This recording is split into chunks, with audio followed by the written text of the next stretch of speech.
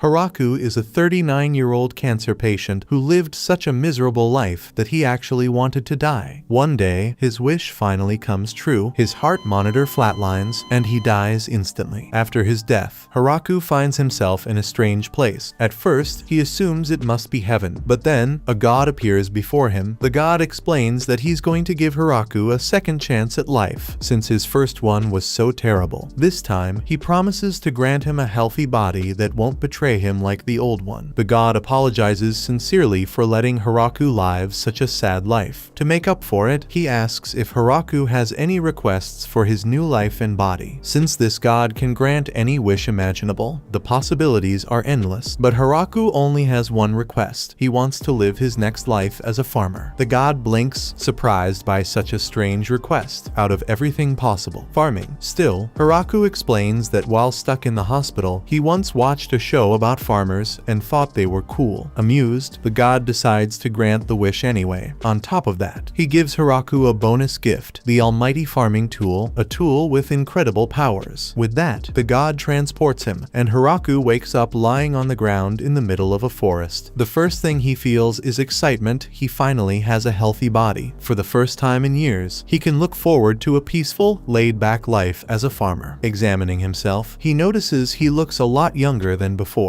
Unfortunately, he also looks a lot uglier than he used to. To make it worse, the god spawned him in a dollar store outfit. Hiraku sighs at his appearance, but brushes it off. Testing out the almighty farming tool, he summons a hoe. To his amazement, it lets him dig as many holes as he wants without ever getting tired. Impressed, Hiraku starts exploring the forest, but reality quickly sets in. He needs somewhere safe to stay. After all, there's a good chance monsters or dangerous creatures could be lurking around. He stumbles upon a large, sturdy-looking tree and decides this would be a good spot to set up his base. But there's another problem: water. He can't find any rivers or wells nearby, and he'll need water to survive. So he summons his almighty farming tool again, which transforms into a shovel and starts digging. The tool is incredibly useful since it can change into many different things. The only limitation is that it can't become complicated machines. Still, it makes digging easy. Hiraku keeps digging and digging until, finally, he strikes water. With that, he now has a well. Now that water is taken care of, the next priority is food. Oddly enough, even after all this digging, Hiraku doesn't feel hungry at all. Still, he figures it would be smart to have food ready, just in case. He decides hunting will need to be added to his plans. For now, though, the main agenda is building a hut. Using the almighty farming tool, he chops down trees easily and cuts them into neat blocks of lumber, ready for construction. But once he starts, Hiraku realizes building a hut is way harder than he expected. He starts thinking about all the factors that go into it: design, stability, materials, layout, and before he knows it, he's lost track of time. The sun is already setting. Hiraku needs a light source fast. He tries summoning something like a flashlight or a lamp using the farming tool, but nothing comes out. Apparently, those don't fall under its farming jurisdiction. Another restriction from the god. He then tries summoning a magnifying glass and it works, but he quickly realizes it's useless at night, so he sets it aside. That night, Hiraku digs a small hole in a tree and spends the night there. Sleeping is tough, though, so he keeps himself busy by making some wooden furniture. To his surprise, it turns out better than he expected. The next day, he clears out all the trees and bushes on his land so he can start cultivating it. Just as he's about to begin, a rabbit monster suddenly dashes at him with murderous intent. One swift strike from the almighty farming tool to its head is all it takes. Hiraku then uses the monster's meat to prepare lunch for later that afternoon. Next on his agenda is building a toilet. At first, it offers little privacy, so he adds walls around it, making it more civilized. He spends the rest of the day cultivating the land to grow crops, and by sunset, he's accomplished a lot. However, he doesn't have any seeds yet. He decides to sleep that night and venture into the forest the next day to find seeds or fruit. When he wakes up, Hiraku is surprised to see that plants have already started sprouting, even though he didn't plant any seeds. Clearly, this is the power of the almighty farming tool at work. To protect the crops from beasts like the rabbit monster, he builds a fence around the cultivation area. Hiraku waters the plants every day, and they continue to grow rapidly. He isn't sure what kind of plant it is, but he hopes it's something edible. After a few more days of hard work, he successfully builds himself a log house. Halfway through, he gets so tired he can't lift a log to the roof, so he digs a little into the ground to give himself more vertical space. The next day, while carrying out his usual farm duties, Hiraku spots two giant dogs. At first, they seem aggressive, but they're actually friendly and in rough shape. Hiraku welcomes them onto his land and feeds them some of the meat he has. One of the dogs has a big belly, so Hiraku assumes she's either pregnant or just eats a lot. Taking care of these dogs makes him think back to the days when he always wanted a dog. Now, he's seriously considering keeping them around. Just then, the pregnant dog makes a poopy face, which Hiraku interprets as a sign that she's about to give birth. He brings them into his log house and starts planning for the delivery, but he's never watched those nature documentaries, so he has no idea how to handle it. That evening, Hiraku leaves the dogs in the log house and sleeps in the tree hole, thinking the dogs will prefer some privacy while delivering the puppies. The next day, he checks on them and finds that the puppies have been successfully born. They're surprisingly cute. Hiraku had expected the dogs to leave once they gave birth, but they've grown attached to his home and don't want to leave. Realizing this, Hiraku decides to build a bigger and better house for himself while leaving the log house for the dogs. Not long after, the crops are ready to harvest and they're actually tomatoes. Hiraku tastes them and confirms they're definitely tomatoes. As for the dogs, he gives them names. The male is Kuro and the female is Yuki. Meanwhile, the god wonders how Hiraku has been holding up since getting his new life, but that's when he realizes he screwed up again. He accidentally sent Hiraku into a very dangerous forest, so dangerous that it's regarded as the forest of death. He realizes he has to bring him back immediately, but then remembers that would be an infraction of the rules, which clearly say he can't interfere with the life he's given someone. The god figures that Hiraku is likely going to die in that world and return back to him. Then, when he does, he'll set things right. However, Hiraku is doing a lot better than expected. He's been able to use the almighty farming tool to harvest several crops. The tool works by him imagining whatever he wants to cultivate, and then the seeds are sown into the ground automatically. They end up sprouting so fast that he doesn't even know what to do with all of them. All in all, Hiraku realizes that he's only here thanks to the gods, which is why he built them a statue to honor them. That day, Hiraku decides to try something new and plants some fruit-bearing trees. He figures that if this goes well, his diet will greatly improve. He once heard that fruit trees take years to bear, but he's still prepared to wait as long as it takes for them to bear. That aside, Kuro and Yuki have really kept Hiraku company for the time he's been here. If not for them, he probably would have been really lonely. He notices they have horns on their heads, but doesn't think much of it. Since this is a new world and dogs here could just have horns, they've also been really helpful, often guiding him through the forest until he discovered a river, which he'll now be using as his main source of water. As for a means of transportation, he transformed his almighty farming tool into a wheelbarrow, which allows him to transport things as fast as he wants without getting tired. But the roads are a bit bumpy, so he knows he'll need to fix those eventually. It doesn't take long for winter to start approaching, and Hiraku figures he needs to start making preparations for it. He tries using the pelt from rabbit monsters, but those stink really bad. With that, his only option is to light his fire and stay inside his hut. Then, one day, he randomly comes across a spider who is able to use his spider webs to make good cloth and even clothes. Hiraku figures the spider would be useful and adds him to the squad, giving him the name Zabuton. Zabuton is able to make a cool jacket for Hiraku, which he'll be able to use during winter time, and also makes a lot of other cool items Hiraku can use around the house. Winter finally arrives, but thanks to the preparations he made, Hiraku is able to make it through just fine. The dogs are all cozy inside, but Zabuton might be hibernating or something since he hasn't come down from his hut in a while. Everything seems to be going well for now, but there's one big problem. Hiraku hasn't spoken to an actual person in a long time. He's starting to get really lonely and even fears that he might forget how to talk. Shortly after, spring arrives. The puppies, who have now grown, venture into the forest to find girlfriends. It doesn't take them long to meet other forest dogs, and they quickly come back and introduce them to Hiraku. On top of that, Zabuton appears to have given birth. Hiraku knows this means more mouths to feed, so he realizes he'll have to work even harder to keep up with everything. Just then, Zabuton sounds the warning alarm. Hiraku immediately understands that something unusual is happening in the forest, so he ventures in to investigate. While exploring, he spots a little girl cowering by a tree. The moment she sees him, she calls out for help. Hiraku walks over to her to ask what's going on, but as soon as he gets close, she grabs him and bites his neck. Now, this kind of thing is exactly the kind of scenario Hiraku is into, so he blushes a bit. The girl then undergoes a transformation. Her clothes change into a nice outfit, and she appears much older. However, Hiraku's dogs immediately start attacking her. Seeing her as a threat, she reacts defensively, but Hiraku quickly urges the dogs to stop immediately. The girl then explains to Hiraku that she bit him because it's the only way she can recover her strength. She also says that she got attacked in the first place because she thought she could take on one of the dogs. Seeing this, Hiraku realizes she's harmless and even offers to let her drink some more of his blood. After that, he brings her over to his farm. She's surprised to see all the crops because she's never seen anything like them before. She takes a bite of a tomato and is genuinely impressed by the taste. The rest of the day is spent having fun and bonding. For Hiraku, this is the first time in a long while that he's had human interaction, so he really enjoys spending time with her. At the end of the day, she introduces herself as Lucy, a vampire. She explains that she came to the forest to research medicinal herbs, but she got into a fight with some nobles who were trying to steal her research. She needed somewhere safe to hide, and the forest was the best option. Hiraku notices her pull up a panel, which he assumes is magic. Clearly, magic must exist in this world. Thinking all this over, Hiraku stares at Lucy and realizes he may never encounter a baddie like her again. Acting impulsively, he immediately proposes to Lucy, asking her to stay with him forever. He explains that the reason he set up his base here was so that he could live alone in peace, away from everyone else. Lucy blushes at this sudden proposal, but after thinking it over for a while, she agrees since she doesn't really have anywhere else to go. The next day, they both come out of the cabin after a rough night together. Lu asks what they're going to be doing today. Hiraku says he was planning on checking on the fruit trees to see how they're growing. Lu says she'll join him, but she wants to freshen up first. After all that, they both sit down and start to discuss, but that's when Zabuton sounds the alarm. Hiraku already knows what that means, so he and Lu venture into the forest to see what that's about. Hiraku arrives and sees a scene that's all too familiar to him, a hot girl tied to a tree. On seeing Hiraku, she screams, asking him for help. Hiraku obviously unties her, and after he does, the girl uses her magic to freshen herself up. Meanwhile, Lu is silently trying to make a break for it, but the girl stops her, asking her to come over to her immediately. Apparently, they know each other. They both take her back to the hut, where Hiraku comes to understand that she and Lu are in the same boat, both running away from the nobles. She introduces herself as Tia, an angel, and asks Lu who the guy with her is. Lu blushes while saying he's her husband. Hiraku blushes as well, mostly because this is the first time she has ever called him that. Tia is really surprised to hear that. That aside, Hiraku asks Tia why an angel like her was trying to track Lu down. Tia explains that, first of all, angels are more warriors than purely holy beings. Aside from that, there has been a giant bounty placed on Lu because of all the damage she caused when she went on a rampage. Back then, Lu would spend all her time researching strange medicines and concoctions, and then as soon as something bothered her, she would just start blowing things up. The nobles got so angry at that they placed a bounty on her head. Hearing all this, Lu admits that she might have gone a little too far back then, but she is surprised to hear Tia actually knows about it, because Lu is not the kind of person to show any sign of weakness. Lu explains it's because she realized firsthand how weak she was when she faced Hiraku's dogs. That aside, she excitedly asks Tia if she wants to join them living in the forest. Tia hesitates for a few seconds but ultimately agrees. That aside, Lu shows Tia around the entire farm and even introduces her to Zabuton, but she doesn't seem to be a fan of spiders. Tia is going to be helping with some of the farm work too, so after a long day of harvesting crops, she is exhausted, but Tia and Lu use their magic to clean themselves up instantly, which makes Hiraku wish he could really do that. They go inside, and Hiraku gives Tia a taste of the strawberry he harvested that day. Tia Tia finds it very delicious and adds that the farming work is a lot more fulfilling than she expected. That said, Tia makes up her mind and decides to stay here with them. In subsequent days, she begins helping them with the farming activities. Tia says she wants them to plant more strawberries, but Hiraku tells her that won't be possible because they don't have the farming capacity or enough people to harvest them in addition to their other crops. Tia suggests they get more help on the farm, but Hiraku doesn't think that would be a good idea. He reasons that if they grow too much, they wouldn't be able to eat all they've harvested. As they walk, Hiraku runs into more of Kiro and Yuki's grandpuppies. Grandpuppies because their own puppies went on to have puppies of their own. Zabuton's children have multiplied as well, but half of them decide to leave the forest to look for a better life, while the other half stay behind. Tia then speaks up, saying that she has a journey to embark on her own, but promises that she'll be back as soon as possible. At first, Hiraku worries that she's about to abandon him, just like Zabuton's kids did, but she reassures him not to worry, saying she'll return soon. A couple of days later, Tia comes back just as she promised, but this time she brings some elf girls along with her. The one in charge introduces herself as Lee, and all of them have similar names because they're closely related. Lee explains that they came here because Tia suggested they come and stay with Hiraku, so they ask if they can live here with them. Tia explains that the elves share a very sad backstory. They all used to live in a village far to the north, but their village was wiped out, and their race was scattered. Ever since then, they've been searching for a place to settle down and call home. Without a place to settle, they won't be able to repopulate their race and might eventually go extinct. Because of this, they all beg Hiraku to let them stay with him. Hiraku thinks about it for a while and then tells them that there are already a lot of different species living here, so as long as they promise to get along with everyone, it's fine. The elves agree but are curious about who the other species are. Lu shows them Zabuton, the spider, and all of the elves faint in fright. Now that the number of people living there has increased, Hiraku decides to start by making one big house for all of them to live in, since all 7 elves want to live together. Next, he makes a toilet and a garbage disposal area. The elves help with the construction, and in about 10 days, everything is complete. As Hiraku sees them all sitting in the dining area with smiles on their faces, he says he really hopes this place will become a space that is comfortable and safe for everyone. It doesn't take long for the elves to get accustomed to life on the farm. They begin harvesting crops and tasting them to figure out which ones they like and which ones they don't. One day, while Hiraku and Lee are segmenting crops, Hiraku is surprised to find out that even though Lee is an elf, she uses fire and eats meat. He's shocked because he always thought elves were creatures who lived in harmony with nature, only eating fruit from trees and refusing to wear anything made of metal. Upon hearing his thoughts, Lee's expression turns serious. She tells Hiraku that if he chooses to live like that, thinking elves are gentle tree dwellers, it won't be long before he's dead in this forest. The next day, Hiraku is about to begin his farming work for the day, but that's when Zabuton draws his attention and shows him the giant queen bee she caught. At first, Hiraku thought Zabuton would just eat it, but Zabuton says she wants to keep it as a pet. Hiraku doesn't have a problem with that, so he builds a house for the queen bee and her worker bees. The worker bees are normal sized, while the queen bee is the only one who is large. After that, Hiraku spent more of his time digging the space for the reservoir, but the major problem for him was getting the water to the reservoir. That's when Lee gives him the idea of building a pipe that leads all the way from the river to the reservoir space. So with that idea, everyone begins working together in mass production mode, and after a little while, the pipe leading to the reservoir has successfully been built and connected as the water is seen flowing in. Some fishes get carried along, so Hiraku roasts them and decides they use them for their lunch. Tia and Lu see the fish Hiraku is using and recognize them to be a very ferocious species from the Forest of Death, so they wonder if it's even safe for them to eat it. Hiraku offers them to eat, but they refuse, saying he should take the first bite. Someone has to be the guinea pig, and it's definitely not going to be them. Hiraku tastes the fish and remarks, saying it's delicious. After that, Tia and Lu taste some and agree with Hiraku, saying it's delicious. Everyone ended up enjoying the fish, so he prepared all the fish he had and used it for their meal. They even ended up catching a lot more than they could eat at once, so they just preserved the rest with some salt and kept it in their pantry. Up next, now that they have a water reservoir, Hiraku decides to make a rice paddy where they would be able to harvest some rice. He starts up by digging a regular looking working farm plot. Then he fills both plots with water. He then asks for the help of the elves to plant each individual rice stalk. Not long before, the rice paddy is now fully grown and ready for harvest. It ended up growing a lot faster than Hiraku expected. Then after, they harvest the rice using their scythes and store the stalks in the house. But that's not the end of it. Hiraku spends the next hour threshing the rice until it's now become fine grains of rice. Lu and Tia observe the gruesome process involved in rice making and wonder whether it's even worth it at this point. But Hiraku assures them, saying it's very worth it. After that, Hiraku goes outside to cook the rice, and after it's done, he makes them into rice balls and serves them on a tray, asking Lu and Tia to give it a try. They all taste the rice balls and find it to be really delicious. He used the fish from earlier to make filling for the rice balls. Even though the elves end up eating all the rice balls, Hiraku is just happy to see that they liked it. Next time, he'll probably even do a different filling. The next day, after a long day of work at the rice paddy, everyone else uses their magic to clean themselves up, which makes Hiraku kind of jealous of them. So because of that, he decides to make a bath. It shouldn't be that hard since he already made a waterway. That said, Hiraku begins construction, but after a little while, he realizes that a huge problem is where their bath water is going to go after they're done bathing. He doesn't think it would be right for them to just dump it back into the river. Hearing that, Tia comes up with the solution of using cleaner slimes to purify their bath water, then they'll be able to use it again. On top of that, Tia believes the cleaner slimes would also be helpful when it comes to cleaning the bathrooms. Now they don't have to do it themselves anymore. With that problem out of the way, they successfully construct the bath at the end of the day. Hiraku takes his clothes off to demonstrate how the bath is being used. So he goes inside and first of all rinses his body before he goes inside the tub to take a dip. On seeing that, all the girls get inside the bath with Hiraku, saying it feels nice taking a bath with him. This is the kind of thing Hiraku fantasized about in his former life, so all he can do is stay quiet. The next day, Lee brings some of the other elves from her village, who ask Hiraku if it'll be okay for them to stay in the village like Lee is doing. Hiraku doesn't have any complaints, so he agrees. Lee suggests they immediately start making preparations to make a new house for the incoming elves to live in. Lee is really excited. She says she's really happy they're finally going to be able to repopulate their race. Hiraku isn't sure how they're going to make children since all the elves are girls, but he feels it's nice to see them so optimistic. Meanwhile, Kuro watches the scene and sees that Hiraku is already expanding his harem again. This makes him think back to how his life was so miserable before he met Hiraku. After he and his family got their butts kicked by a bear monster, they were wounded and had no reason to keep going. But that's when they came across Hiraku. At first, they thought of him to just be some weak human, but after they saw the immense power the almighty farming tool carried, they immediately began to respect him. Hiraku was kind enough to take them in as one of his own, so Kuro is very grateful. But what he doesn't know is that their species are terrifying monsters known as the Inferno Wolves. But they don't have any intention of harming him, so they feel everything should be fine. A couple of days go by and their new and improved house is now complete since they had to make adaptations for the new elf residents. The house is a giant mansion with Hiraku's room being the best since he's the founder of their village. The girls give Hiraku a tour of the house and he's loving every part of it. The girls have their own rooms and Hiraku is delighted to see they're happy with how things turned out. Then he notices a room that has a bolt lock on it, so he wonders what could be in there. He opens it and sees two beds joined together. Realizing what that is, Hiraku closes the door slowly, saying he's going to pretend he didn't see that. After the tour is over, Lee tells Hiraku that if he feels any part of the house isn't to his liking, he should just tell her and she'll make arrangements for it. So as a finishing touch to the house, he added 2 statues of the dogs in front of the house for aesthetic effect. The next day, Hiraku plans on making some curry, so he goes out to the farm with Tia and Lu to pick out some of the fresh ingredients for it. But after he's done selecting the ingredients, he finds out that they ditched him because they find making their curry from scratch is kind of lame. Hiraku is now left to prepare all the curry by himself, but Lee joins him after a while, saying she'd love to help him out. So with that, they begin the curry making process right from setting the oil to frying the beef. Now all that's left is for them to cover the pot and let it simmer until it's done. But that's when Hiraku realizes he forgot to make the naan wraps for the curry. He knows naan takes a while to make, so he starts to consider just making rice, but he changes his mind back to making naan because it's been a while he's had it and he's craving, even though that would mean he has to prepare it for everyone including all the elves. Still, he knows it's going to be sundown, so he immediately gets to work because he doesn't have time to waste. The curry is almost ready, so Tia and Lu can already smell the tempting aroma coming from there and wonder whether that's the curry Hiraku was blabbing about earlier. It's now dinner time at sunset, so as they taste the curry and naan, they admit that it's really delicious and commend Hiraku, saying he has real talent for cooking. Hiraku is just glad to see that they're really enjoying his cooking. Winter is gradually drawing near again, so Hiraku and the others begin making preparations for the winter by preserving their meat and storing their vegetables. That day, Hiraku sees Lu using her fire magic to smoke their meat. This makes Hiraku wish he could use magic, so he tries using it but fails woefully. That night, Hiraku strikes up a conversation with Lee, where he admits how cool he thinks they all are because they can use magic, while he does just farm and cook. However, Lee tells him that he's the most impressive out of them all because he managed to survive through the forest up until this point all on his own. That's not something that just anyone can do. Hearing this lightens Hiraku's mood a bit, making him realize he's important to them as well. Shortly after, winter arrives and snow begins to pile up outside. Because of this, the group spends most of their time indoors. To pass the time, Hiraku decides to make some board games like chess, mahjong, and reversi. After he explains the rules of reversi, Lu immediately finds it to be a rather simple game, but Tia quickly tells her it only looks simple because of the way the game is structured, and that during actual gameplay, strategies are what really matter the most. With that said, things suddenly get heated as Lu challenges Tia to a game on the spot. Meanwhile, in another room, the atmosphere is the complete opposite. Things are calm as Lee and one of the other elves quietly play their own game of reversi in silence. Just then, Kuro steps in and casually gives Lee a tip on a move she should make. Seeing this, Hiraku is surprised that Kuro actually knows the rules of the game, which he never expected. After a while though, the board games start to get boring, so Hiraku puts together a bowling set to mix things up. He demonstrates by showing off his bowling skills, but since he's a bit rusty, he ends up missing 2 pins. Still, Hiraku isn't sure whether it's because of the simplicity of the games or just the novelty of it all, but every single game he introduced to them turned out to be a huge hit, and just like that, the group spends their entire winter together inside, playing games day after day. But those winter days don't last long, because before they know it, spring quickly arrives. One morning, Hiraku and the girls step outside, planning to talk about what they're going to do today. But that's when Zabuton suddenly sounds the alarm. They all rush toward the direction of the alarm and spot a massive wyvern flying straight toward them. Seeing the wyvern attacking, Lee and the other elves rush over to the crop farm to try to minimize the damage being done. In that moment, Tia and Lu are left completely speechless because they don't know what to do. They doubt they're strong enough to break through the wyvern's barrier. Meanwhile, Hiraku is standing there, desperately trying to think of a decision to make. His first thought is that maybe they should run away, but he quickly realizes that wouldn't work, since the wyvern could easily just follow them from the sky. Hiraku knows he has to do something, and he has to do it now, or else both the village and the crops are going to be destroyed. Protecting everyone is the only thing on his mind at this point. So, he takes out his almighty farming tool, and right before their eyes, it transforms into a cool-looking spear. Without hesitation, Hiraku throws the spear directly at the wyvern. To everyone's surprise, the spear is powerful enough to completely shatter the wyvern's barrier and take it down with a single strike. Lu and Tia are stunned. They can't believe what they just witnessed. Neither of them had any idea Hiraku possessed such overwhelming power. After the wyvern is defeated, everyone manages to put out the fires in the crop fields. Some damage was done to the crops, but fortunately, it's only minimal. After that, the group heads into the forest to check on the wyvern's corpse. The first thing that comes to Hiraku's mind as he looks at it is whether or not they can eat it. In this world, wyvern meat is actually a well-known delicacy, so Hiraku wastes no time putting it to use and prepares a delicious lunch for everyone. Lu always assumed wyvern meat would be tough and chewy, but to her surprise, it's incredibly tender. As they eat, Lu turns to Tia and reminds her of Hiraku's spear strike. She then asks if Tia thinks she would be able to block that kind of attack if it were ever aimed at her. Tia quickly shakes her head and admits that there's no way she could. The spear was so powerful, it not only pierced the wyvern's barrier, but also went straight through its chest in a single strike. Meanwhile, Meanwhile, in the Demon Kingdom, Bezel, one of the 4 great generals, holds a meeting with his fellow generals, Randon and Grat. He tells them about the wyvern being taken down with a single blow. Both Randon and Gratz are shocked, unable to believe that such destructive power actually exists in the world. Randon, however, isn't interested in testing it. He firmly believes that kind of power would be impossible for them to handle, and trying to fight against it would only get them killed. Without hesitation, Randon stands up, announces his resignation, and walks out of the meeting. Back in the forest, Hiraku, still thinking about their meal from the other day, realizes there's one thing missing: wine. His plan for today is to start making some. He gathers a large amount of grapes and tosses them into a big bucket, having the girls stomp on them to extract the juice. By the end of the day, they've managed to fill 16 barrels with grape juice. Now all that's left is to let it ferment and wait for it to turn into wine. Meanwhile, up in the divine realm, the god who originally brought Hiraku into this world is being scolded by his own daughter, the goddess of agriculture. She berates him for screwing things up yet again, this time by dropping Hiraku into the forest of death. The god tries to defend himself, insisting that Hiraku is actually having fun there and doing just fine, but his daughter doesn't buy it. She continues to lecture him, adding that on top of everything, he even went so far as to give Hiraku a replica of the Holy Lance Grime. What she points out is terrifying, even though Hiraku is only using it for farming right now. That lance is capable of draining all of Hiraku's life force and killing him instantly. However, the god insists that it's unlikely anything bad will happen to Hiraku, because he gave him a body with extremely high regenerative properties. With that kind of body, Hiraku should be just fine. Even after hearing that, the goddess of agriculture still can't shake off the fact that her father messed up. To make sure he learns his lesson, she punishes him by sending him to stand in the corner for 300 years, telling him to spend that time reflecting on everything he's done wrong. The very next day in the forest, Zabuton suddenly sounds the alarm and rushes ahead. Following the signal, they discover yet another girl tied to a tree. Lou quickly recognizes her. It turns out the girl is her own sister, Flora. Hiraku takes Flora back to the house, and there she explains the situation. Apparently, Lou had a bounty on her head, and Flora came into the forest to look for her. Since Lou is married to Hiraku, that technically makes Flora his sister-in-law. Hiraku properly welcomes her, serving one of his best dishes and telling her she's welcome to stay with them for as long as she likes. Flora, just like Lou, is extremely passionate about research. After a few days of staying with them, she sets off to prepare her own research site. About a month later, Flora returns, but this time Hiraku is stunned to see she's not alone. She's brought along a large group of maids, her loyal underlings. The head maid introduces herself as Anne, bows respectfully, and tells Hiraku that they all wish to live here with everyone else. She also adds that he should feel free to put them to use however he sees fit. Not only that, but Flora's group even brought cows with them. Hiraku is thrilled by this addition, because now they'll finally be able to make butter and cheese. Seeing this, Tia starts to feel a little left out, realizing she's the only one who hasn't brought along her own underlings yet. Wanting to fix that, she sets off into the forest and eventually comes back with an army of angels and lizard men. To top it off, they even bring a chicken with them, which makes Hiraku extremely happy, because now they'll be able to enjoy eggs too.